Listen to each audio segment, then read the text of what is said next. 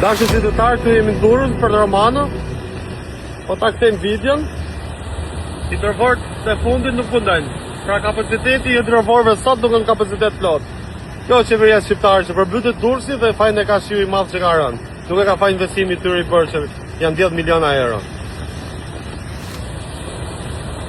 Zona e Shkënetës dhe Porto Romanos në Durrës janë përmbytur thuajse tërësisht në këtë fillim janari për të tretën herë brenda 12 muajve.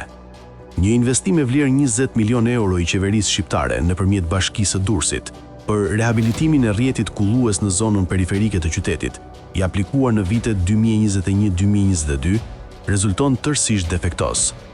Ndërkohë që situata e fundit ka vënë pikpyetje mbi mënyrën se si është zbatuar projekti nga kompanitë fituese të tenderit 2T dhe Adriatic, dokumentet të konsultuara nga boldnews.al hedhin dritë mbi një situatë që duket se përbën një skandal financiar. Në diskutim është një shumë prej 8 milion eurosh, të cilat kryeministri Edi Rama, me firmën e tij, ja ka shtuar projektit të propozuar nga Bashkia e Durrësit.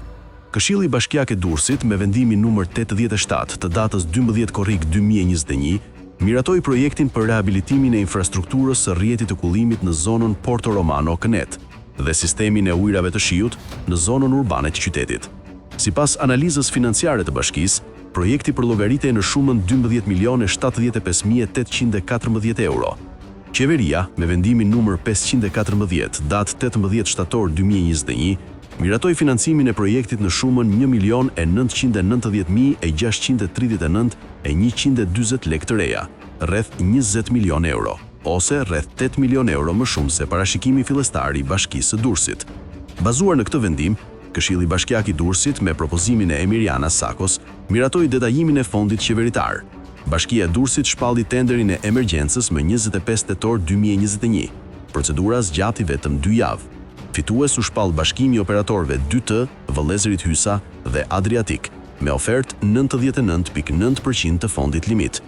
Dy prej kompanive fituese njihen për lidhjet e tyre me qarqet e larta qeveritare.